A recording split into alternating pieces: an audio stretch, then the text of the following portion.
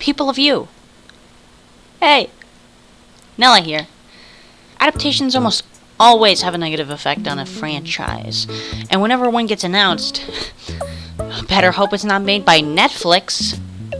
Oh god.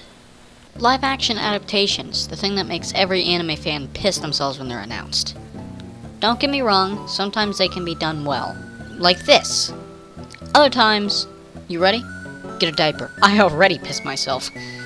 Most of the time, a live action adaptation flops hard. More often than not, they're generally considered the worst part of a franchise. However, sometimes live-action adaptations can be considered the glory of a franchise, like Sweet Home, or the Ace Attorney live-action edition. I'm just kidding, of course.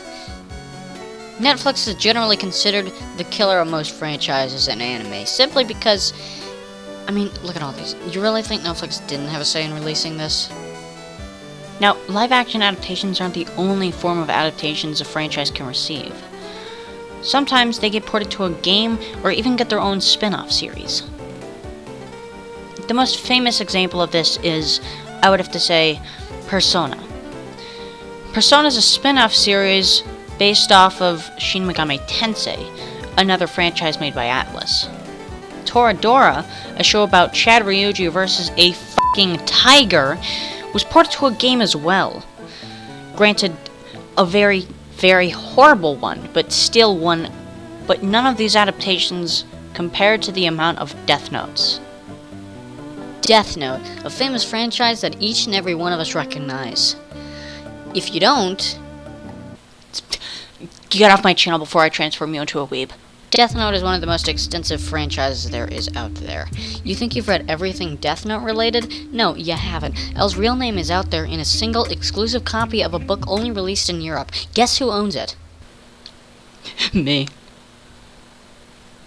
I'm a sucker for Death Note lore and exclusive content. You tell me there's a special sequel to Death Note that was never released outside of Japan, my credit card is going to suffer. Well, that's about it for today. There were originally 10 pages in the script, but most of it was just me ranting about how rare Death Note one-shots are. But don't worry though, I'm sure plenty of people are just waiting to release their copies for free on eBay.